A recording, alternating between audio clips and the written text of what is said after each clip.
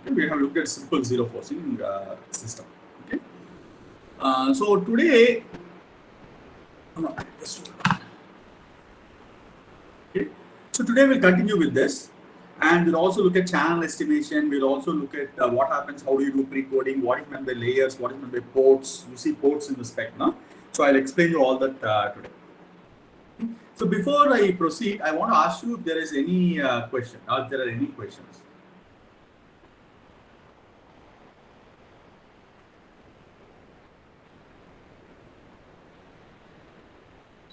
Sir, we have assumed that the channel matrix H is means inverse of the H is possible. Means in practical scenario, it is almost always possible, na, sir? No, actually, I mean, just this is a side note. I mean, this is thumb. I mean, what happens is it depends on how much scattering there is and how your antennas are placed, the MIMO, the gap between the antennas. Okay, I'll briefly touch upon this. So generally, what happens is you also estimate the rank of the channel and then only transmit those many, what do you say, those many streams as this rank, so that you can effectively do channel inverse.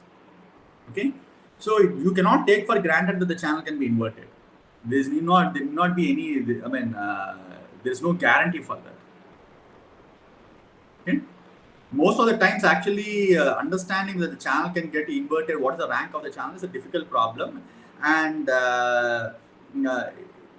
receivers do estimate the rank and feed it back to the transmitter, so that the transmitter knows how many streams that it has to send. Okay, that's part of the 5G specification itself. It's called PMI, rank indicator. There's something called a rank indicator. Okay, any other question?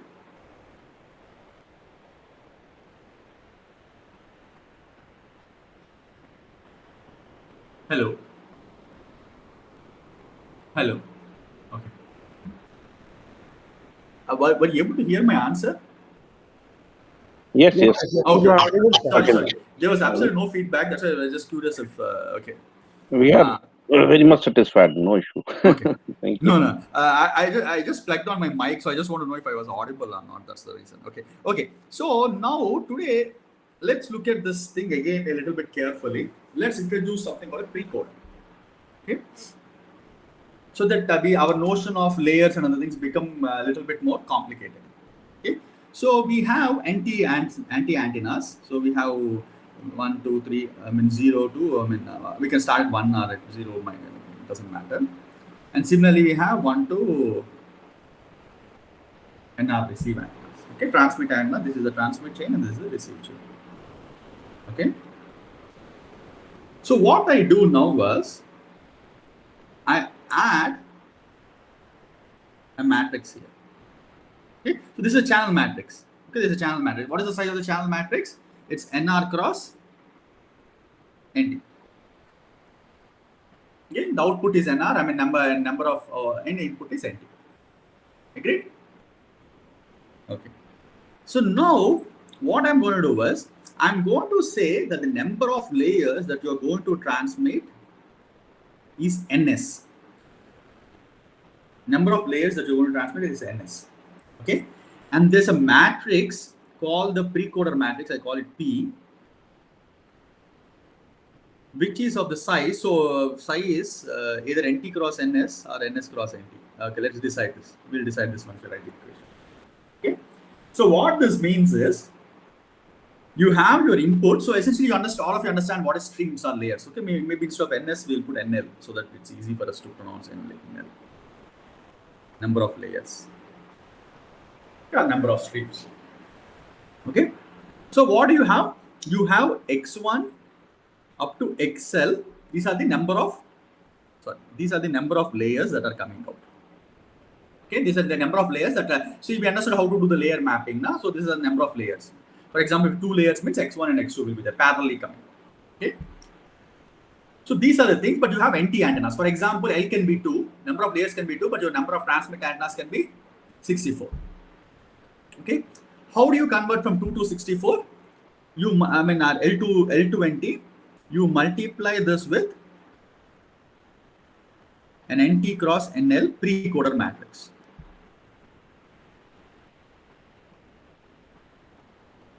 Okay. So this gets multiplied by a H matrix, which is NR cross NT plus noise, which is NR cross 1. Okay. Understood? So if I write this equation, y is equal to H times pre-coder times X plus N. Okay. So X here is NL cross 1, P is NT cross NL, H is NR cross NT. Okay, so effectively you get NR cross 1. Is this clear? Yes, yes. Okay. So what did we do? We took, so essentially we removed the dependence of number of. Excuse me. Yes, sir. Mr. Sir, in NL, in case of suppose it is a square, means 2 cross 2 or 3 cross 3, NL will be same as NT, right? No need. And that's what I'm trying to say. Okay, that's what I'm trying to say. NT need not be NL. I will discuss this. Okay. okay. Okay. So let's write this equation. Let's discuss this a little bit carefully. What is NT and other things? Okay. So y. So I have y is equal to H times pre-coder times X plus noise. Okay. Again, just remember, I'm going to write P belongs to P is in, P is in NT cross NL, H is in NR cross NT, X is a NL cross 1. Okay. So at the receiver, what do you want to do? So let's look at the size of HP, effectively size of HP. This is my effective channel. What is this size? This size will be equal to NR cross NL. NR cross NL. Okay. So I have y is equal to H tilde X plus N. Okay. So how many outputs are there? There are NR outputs. NR outputs are NR equations.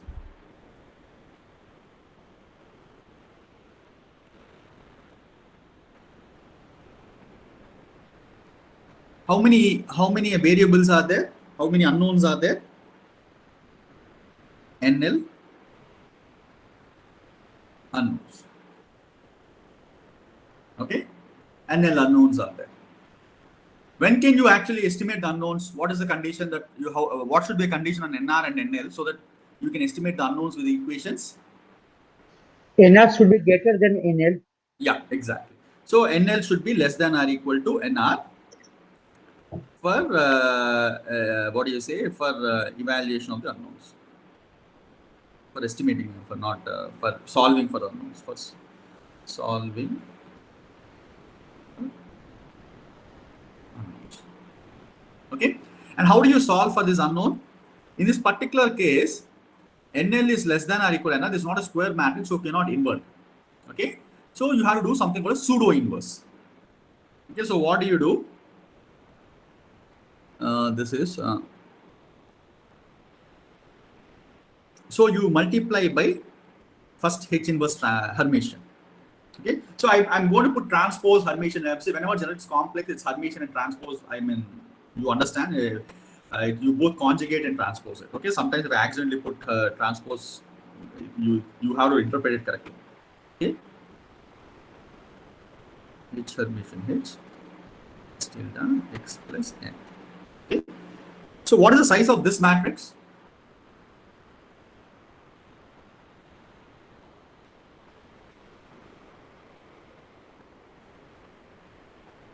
What is the size of this matrix? H is a H tilde is what? H tilde, if you look at this is an NR cross NL. NR cross NL. Okay. This is I transposed it, so it will be NL cross NR. So when you multiply this, effectively you get NL cross NL cross NL. Okay. So this is square matrix, and I mean, given the rank and all these things, it is most probably invertible. So how do you invert it now? You multiply both sides with the inverse of this joint matrix. Okay, so if you multiply with the inverse of the joint matrix, I'm going to write it here and then move there. Maybe I'll write it in the next step.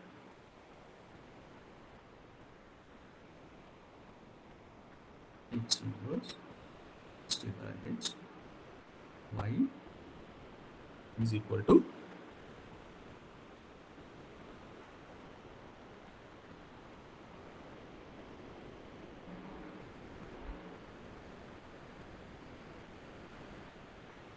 I'm just going to neglect noise for now. I'm not going to write the noise part. I'm just going to do that. Okay. I mean, noise also has to be multiplied by the way. So this is a wrong equation. The noise. Let me write this.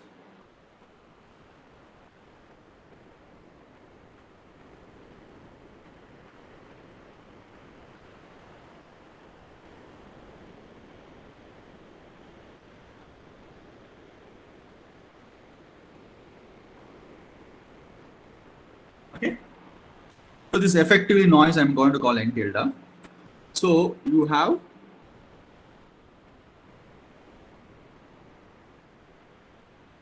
y is equal to this inverse and this becomes int, so you get x plus 90.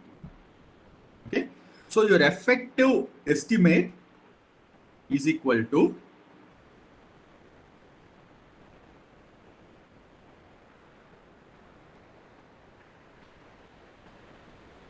this is called the pseudo inverse. Okay. Remember your h is pseudo inverse of h tilde. Okay. Your h tilde is an NR cross NL matrix. So the number of rows is greater than number of columns. So it's a tall matrix. So the number of rows is larger than the number of columns. Okay, because this is an NR cross NL, and we assume that NL is less than or equal to NR. Okay. So when you have a tall matrix, you can do pseudo inverse to invert them. Did you understand this? Did you understand how we got this? Yes, we got it. Okay, good. So this is the estimate. So one beautiful thing with this is, as long as your number of layers is less than or equal to number of receive antennas, you are fine. Yes? Yes. Okay, let me just look at this equation once.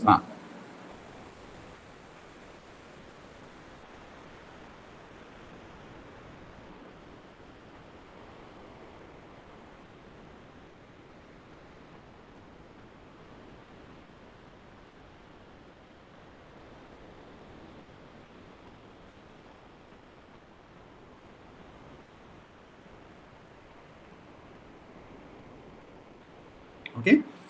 So here, as Mrs. Srivastava was asking, your number of layers that you transmit need not be equal to your NT. Okay. So all the constraint that is required is number of layers should be less than or equal to minimum of NT comma NR, so that you can maintain the inversions exist. Okay, that's all you require. Okay, we already saw NL should be less than or equal to NR, but NL also should be less than or NT, so that this inverse exists. Okay, otherwise it will become a little bit rank deficit. Okay, so this is the only constraint we have. Okay, so effectively the number of layers you send need not be equal to the number of transmit antennas. It should be less than equal to number of transmit and the number of receive antennas. Okay, and you can use your precoder. Precoder is nothing but a linear operation. Okay, let's take a simple example. Okay, let's take a simple example.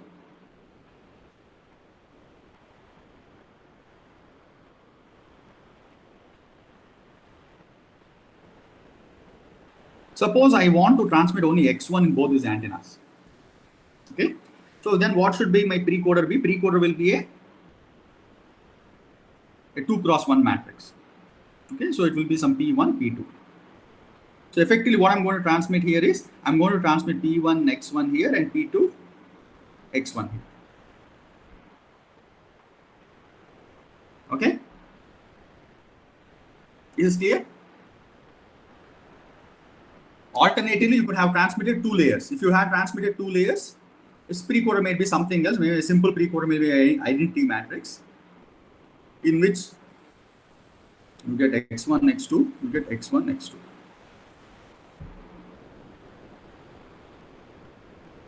How this pre-coded matrix is different from channel matrix means I will tell you, sir. I'll tell you in that way. How you determine your pre-coded matrix, I'll tell you. Okay. How we can determine your pre-coded matrix, I'll tell you. But for now, let's assume that so for now, pre-coded matrix can change the number of essentially one important thing of is pre-coded matrix can be used to map layers to antennas. Fine. Okay. How you determine your pre-coded matrix, I'll tell you. In a few more minutes we'll go there. Okay. Okay. So one thing that you can now think about is each layer kind of represents a port. Okay. So I mean, this is again a vague thing. I mean, I'm going to make this more precise in once we do channel estimation. Where a port is equivalent to a layer, and this is not equal to an antenna. Okay.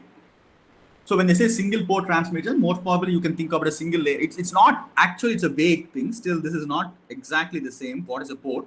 It will become a little bit clear. But for now, you can think port is not equal to an antenna. Okay. Port is more closer to a layer than to an antenna. Okay. So, for example, a simple thing would be, see, now in 5G and R and all this, people are talking about 64 antenna systems. Okay, 64 antenna systems and so on. So you have 64 transmit antennas. Okay, if you want to transmit independent data across all the 64 things, then what would happen is, then you will require 64 DACs, 64 processing FFTs and IFFTs and other things. So what people might do is, people may still have only 8 layers or 6 layers or 4 layers. Okay, 1, 2, 3 up to some L layers. And then what they do is they use a fixed precoders to do this mapping. A simple fixed decoder, maybe the first signal will go here, okay, with some weights multiplied by some weights. Similarly, the second signal will go across all the antennas, add it up and wait. Sorry. Okay, this might happen. A simple one more example would be, suppose you want to do analog beamforming. What you can do is you can have only one single input, x1, one layer.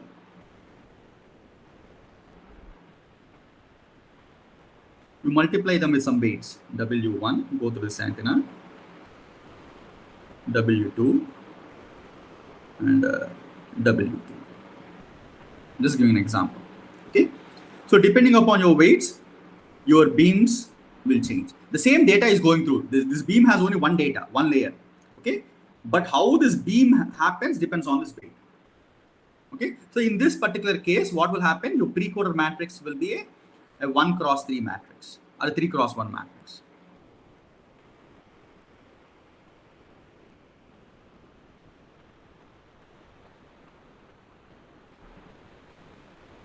Okay, is this clear? Okay, but one thing that you should remember is, one thing that I want to highlight in this point is this equation. This is actually a very, very important equation.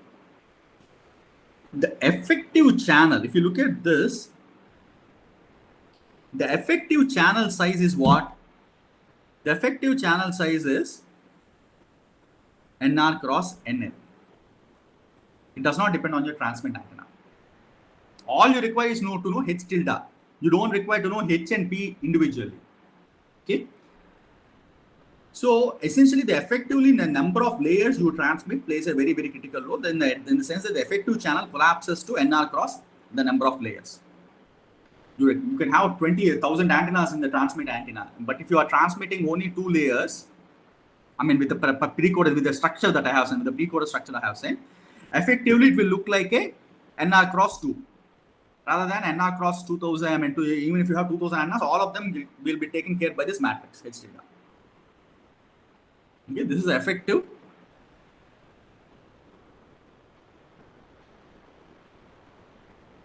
channel. Okay? Is this notion clear? This effective channel?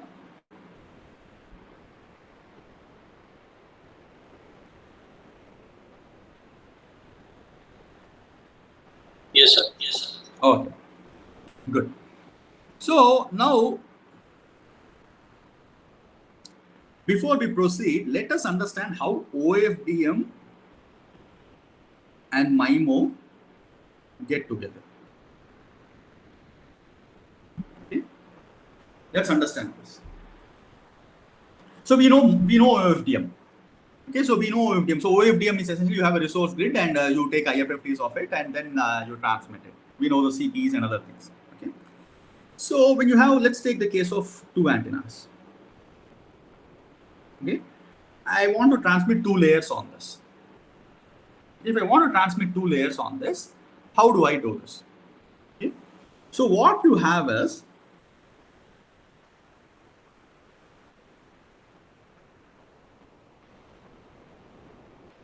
I'm just taking one OFDM symbol in the frequency domain. So this is the frequency domain. Okay, so this is my resource elements, and this is the time axis.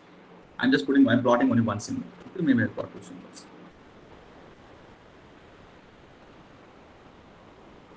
Okay. So each RE MIMO happens. Each resource element MIMO happens. So that means that this resource grid goes into this antenna, or rather the port of the precoder. Let me just put a precoder. Okay. Okay, this is where it goes. And there's one more grid. The same RE. Okay, this is RE1, this is RE2. The same RE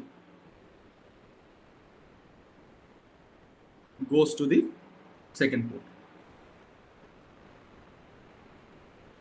You understood? I mean, same. When it goes through means there's an FFT and other things here. IFFT and other things are there. IFFT and other things are there. Okay. I'm just putting a high level abstraction. So what happens is RE. So essentially, effectively, what we should think about is RE. Sir, can you explain again, sir, this part? Okay. So let me make it a little bit clear. 1 minute. Just hold on. Let me draw the entire diagram. It will become clear. Okay, so how do you do MIMO? How do you interpret MIMO with OFDM? That's the question. Okay, so for MIMO, what happens is you require parallel transmissions. Yes, you require parallel transmission. The same when you say two layers are going, the two layers are going at the same instant. Okay, so how this happens is, this is resource grid 1. Similarly, you have another resource grid 2. Okay, and this is RG1 and this is RG2. Okay, so this resource grid, where does it go next? Resource grid, you do serial to parallel to serial converter and all those things, and then you take an IFFT. And then you take an IFFT. Okay, so after you do your IFFT, then you have then the MIMO starts. Precoder. Okay, this is number of layers. This is the number of layers, 1, 2, NL. The precoder goes into number of antennas, and then there's a receive thing. And the receive thing, okay, let's just draw the receive also. NR. After NR, what you might have one more. Instead of a precoder, what we'll do is NR. Then you have your FFT. And you have your FFT. So after your FFT, you get your resource grid. You will have multiple resource grids here. Okay. Okay. So this part is the OFDM part is clear now, sir. Okay. So now what we should think about is, the way to think about MIMO in OFDM is, you are doing MIMO for each resource element. Okay. So similarly, there's a resource element, the effective resource element here, na?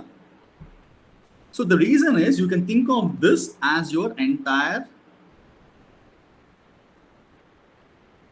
channel. Okay. So this resource grid, so essentially you're parallelly transmitting, for example, this is the third resource element. third resource element. Similarly, third resource element. Okay. So you can write effectively the equation that we wrote for MIMO. You will write that same equation. So essentially for the third resource element, you have NR such third resource elements here. Okay. So I'm going to write it like, okay, if you write the, let's write this equation. This is after FFT. Okay. So after FFT, this is the third resource element in the first antenna, receive antenna, second receive antenna, YNR receive antenna. I'm just giving an example of third, but you can is equal to, this effectively will become your H tilde. So essentially when you do your IFFT, what happens? Now you're thinking of your channel also for each of the individual receive elements. Okay. So H tilde is the effective channel for the third receive element times X1 of 3, X2 of 3. So this will be my X1 of 3, will be my X2 of 3 plus noise. Okay. So this is the effective MIMO channel in frequency domain. Okay. So single tap channel in frequency domain for each resource element. Okay, so for each resource element, you will have a different MIMO channel. Okay, so this is H3 I'll put. Okay, this is for the resource, the third resource element. Is this clear? So what is H tilde 3 size? H tilde 3 size is NR cross NL. Okay, similarly for the resource element 1, you will have a different MIMO channel. Okay, similarly, it's like earlier we were using single tap channel, the MIMO channel was only dimension 1 cross 1. Okay, now it will become, each resource element will have a MIMO channel of whatever NL cross NR.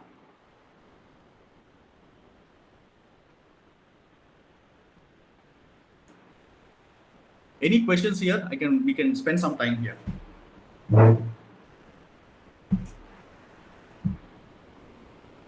Sir, this resource grid RG1 and RG2, they may not have the same size, no, sir. Then how we'll find out that this is a no.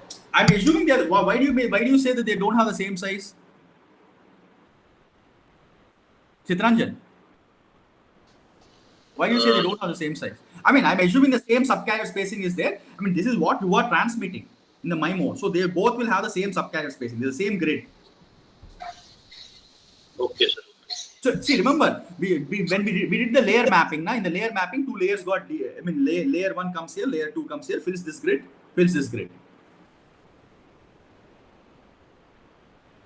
Okay.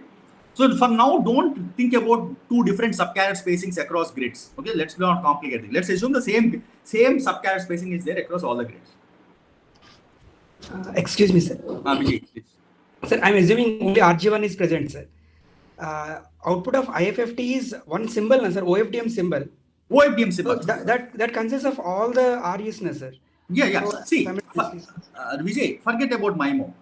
Even if you forget about MIMO, how did normal FFT, OFDM channel we did this? I mean, let me see if I have those slides.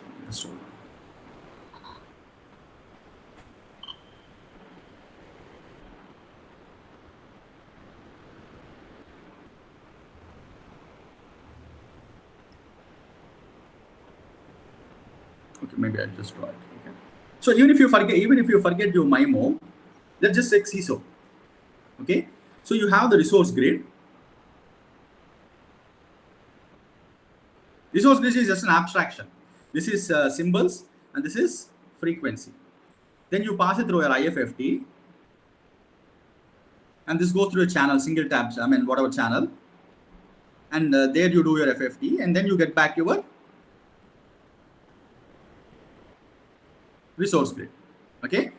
So if you look at any particular resource element, for example, this resource element and the same resource element here, what is the effective channel of this? Y is equal to, if this is what you transmitted as X, okay, and this is what you receive as Y in that particular resource element, Y is equal to HX plus N. Yes, this is what we saw. Yes, sir. Now instead of that, what you are doing is you have a MIMO channel. Y is equal for the same resource element across different grids. Now the input is not one resource grid. Input is multiple resource grids. Okay, so you have y is equal to hx plus n. Still, this x is nothing but one more resource grid at the input with the same frequency time point. Yes, sir. Okay, similarly, the y also you observe multiple such grids based on different antenna. On different antennas, you can do FFTs and you get different grids. Now, you look at the same location in the grid, the same time frequency location. And that relation is given by a MIMO channel like this. Okay, yes. That means it is not the modulation symbol of different grids only, I think. Vijay sir, can you please repeat that, please? Actually, we are mapping modulation symbol to the port by pre-coding. So only thing which I learned here that it should be of different grids, not from the same grid. Yeah, it will be from the different grids. Yes, absolutely. The input, each layer comes from different grid. That is Grid is just an abstraction. Grid is just an abstraction. So, I mean, if you remember our class, I will just.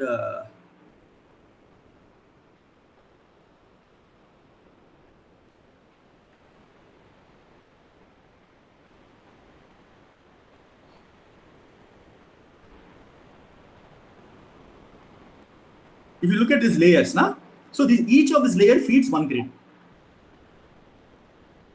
Okay, so this is x01, x0i is the first layer, x1i is the second layer. So this feeds the first grid, this feeds the second grid.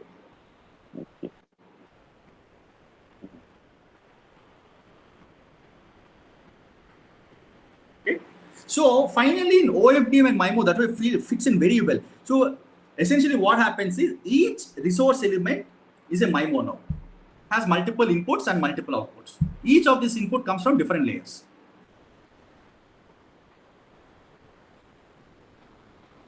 Is this clear? So, sir, both REs have same frequency and time. So, yeah. How so can essentially, differentiate the k comma j, the k comma l should be the same. When I write this, effectively what this equation means is y of k comma l in the grid is a vector now is equal to h of k comma l, h tilde k comma l into x of k Your pad is not visible. So your pad is not. That's what I mean. Okay, k comma l element in the resource grid. Fine. So now it's a MIMO channel. That's all. That's the only difference. Because there are multiple grids at the input and multiple grids at the output. Hello. Deepanshu. But grids are coinciding, sir. Can we transmit both at the same time? Yeah, what? Both grids are of same frequency and same time. Yeah. But MIMO is that, see, when we did this example also,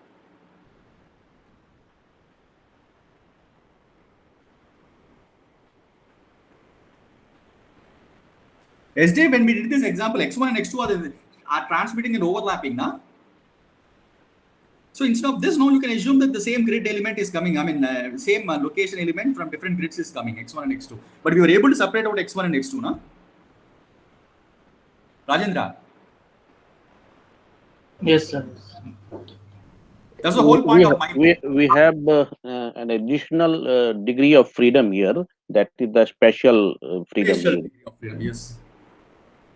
See, I just gave an example of x1 and x2. x1 and x2 can come from anything. Here in this case, effectively, once you look at the channel, effective channel after FFTs and after IFFTs, x1 and x2 are coming from the resource grid. Just in simple way, can you write something that two streams are there, the resource mapping with the resource element. Suppose two streams are there, both streams I will are do same. that. I will do that. Both are same, both are different.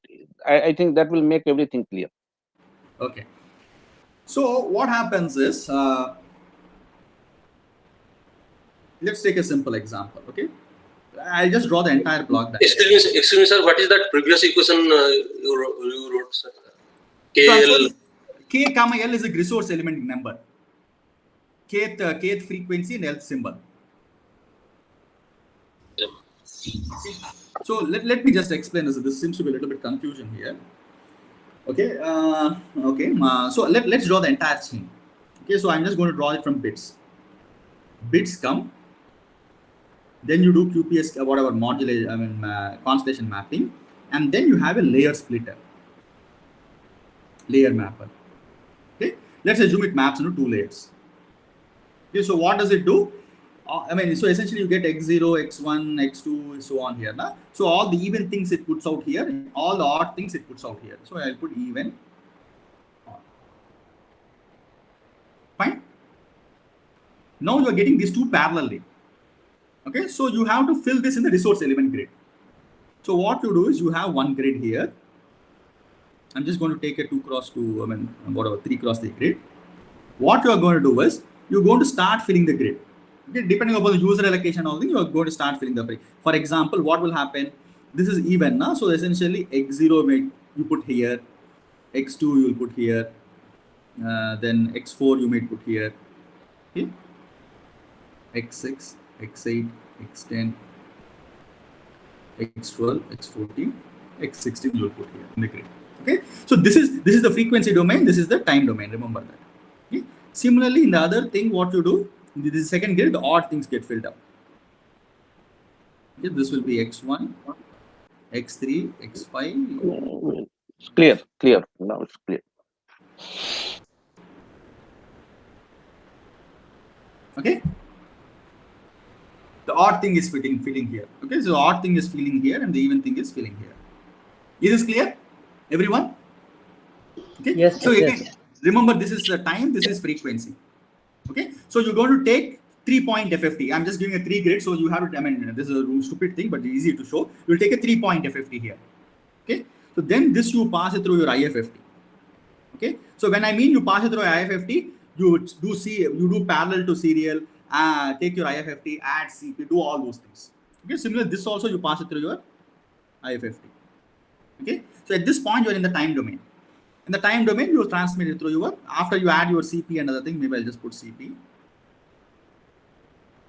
You transmit through your antenna. Okay, is this clear? Yes. This is okay. So now at the receiver, let's assume on the receiver also you have 2 antennas. Okay.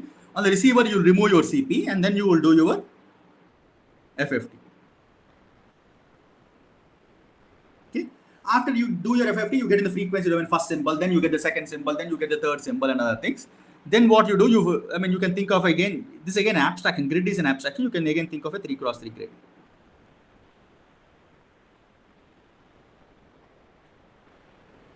Sorry.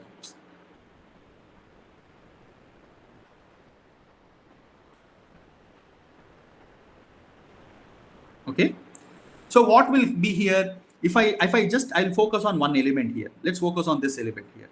Okay, so if we effectively look at this whole channel, okay, I will call this as Y0. Let me just call it as Y0. Okay, and similarly this as Y1. Okay, so they correspond to x0 here and x1 here. Okay, so effectively what will this be? So this will be y0 y1 would be equal to x0 x1. So effectively you're sending 2 things, you're getting 2 things. So effectively some effective channel will happen. Okay, so h11 h12 h21 h22 plus noise.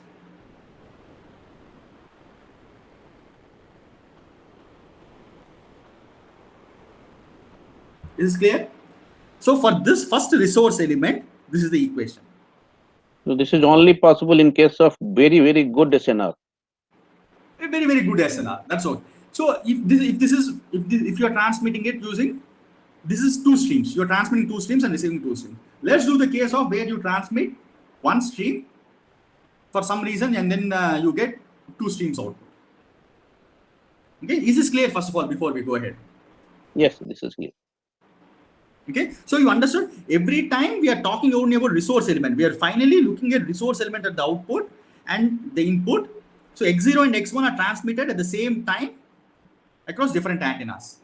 Similarly, you get Y0, Y1 at the same time as the output from two different antennas. Yes? So information in resource elements are different in two layers. Here in this particular case, there are different resource elements. Yes. Okay. So now let us take the case. Let me do a little bit more complicated thing. For some reason, you decide to transmit only single layer. Okay. Let's see what happens. Any questions before I proceed further? Okay. Then let's proceed further. Okay. So again, you have your constellation points, and then you have your layer mapper. But this time layer mapper has decided to, for some reason you have decided to get only one layer. Okay. So what will happen? This is again, let's take a 3x3 grid so that it's easy to draw. I'll put everything here: X0, X1, X2, X3, X4, X5, X6, X7, X8. But I still have two antennas. Okay, wait. Let's do this step by step. That is soft layer mapper, sir. We can reconfigure. Yeah, so layer mapper is always soft. Now we saw that in the presentation, depending upon the user, channel and everything, they choose the layers. Okay. So now what happens is, now I'll pass it through a precoder. Okay, so precoder, what will it do? Precoder has to now convert to two antennas. Two across two. So what I do is, I'll take a simple precoder. This grid I'll pass it through a precoder. Okay. What does the precoder do? Precoder is now a 1x2 matrix. Okay. So what will it do? It will take one input and produce two outputs. So what I will do is, the precoder is just a simple multiplication in this case. I'll multiply with A on the top and B on the bottom. So you get two layers. So now you'll get two resource grids output. Okay. The first grid will be A times X0, A times X1, A times X2, A X3, so on and so forth. And the second grid will be B times X0, B times X1, B times X2, so on and so forth. Then, like previously, you do your IFFT, CP and transmit. Similarly, you do your IFFT and transmit. Fine. And the receiver side, again, you have two antennas. You do your FFT. Okay. And then form your grid. Okay. If you form your grid, what will happen? You will get again Y0 here, Y1 here, Y2 here. Okay. Maybe because there are two antennas, I will put Y and here I was able to separate them out simply. So I'll put a one here, one here, one here. I'll get Y02, Y12, 1, 2, Y13. Okay. So now let's just focus on the first element across all the things. I will focus on all these first elements. Okay, that's the first resource element. Okay. So if you write the equation there, Y01, Y02, first antenna, second antenna, what you receive would be equal to what? Effectively, if you look at this point, if it depends on where you draw your channel. Okay. So first let's draw the channel at this point. Okay, let's assume this is the channel. Okay. This will be a 2x2 channel. H11, H12, H21, H22 channel times what is the input that goes in? AX0, BX0. Okay. This is also can be written as H11, H12, H21, H22, AB, X0. Okay. So at this point, the effective channel is here. Yes? Yes. The effective channel became here. At this point, Yes. the effective channel is here. Okay. So effectively, if you multiply these two things, what you get is a 2x1 matrix. Okay. Again, for the same resource element, you do this matrix. So every resource element will have an equation like this, a matrix equation like this. This is fine. Yes. Good. So next class, Saturday, we'll understand how do you do channel estimation for. I mean, I haven't till told you ports. So before I tell you ports, we have to understand what is channel estimation. Once I finish up the channel estimation, then I can talk about ports and port mapping. Okay. How do we do channel estimation? In CISO case, we know how to do channel estimation. We send pilots and first we estimate the channel and then we do the equalization later. Okay. So here, when you have MIMO, okay, when you have a channel like this, how do you estimate your channel? And that's what we're going to do in the next class. Okay? Sir, this particular example that we discussed, that single bit is converted into after pre-coding. So this will help in diversity, sir. Diversity. This will help in diversity. Yes. It will help in diversity. The earlier thing is about the rate. You have more rate because you're transferring two streams. This will, you are transferring single stream, but you are utilizing two different independent paths. This is for bad SNR. This is for bad SNR. This is for good SNR. Yes. Okay. Okay, we'll stop now and I'll see you on Saturday. So Saturday, we can spend some time on answering any questions till now. Please, I think I forgot who was it who sent an email message yesterday in the group also saying he will collect all the, he'll coordinate collecting all the questions. If you can send me the questions beforehand, it will also help me prepare. I mean, in case, I'm not aware of those things, I will be able to help you out. Okay. So Saturday we'll spend some time after the class or before the class also in answering the other older questions also, anything that is there. Okay. Sir, frequency raster part is still not clear to me. If you can explain in brief again. Sure, sir. On Saturday, I will try to put a more picture. I mean, I also think about a better way of putting the picture and explaining on Saturday. Okay. Okay. Thanks, sir.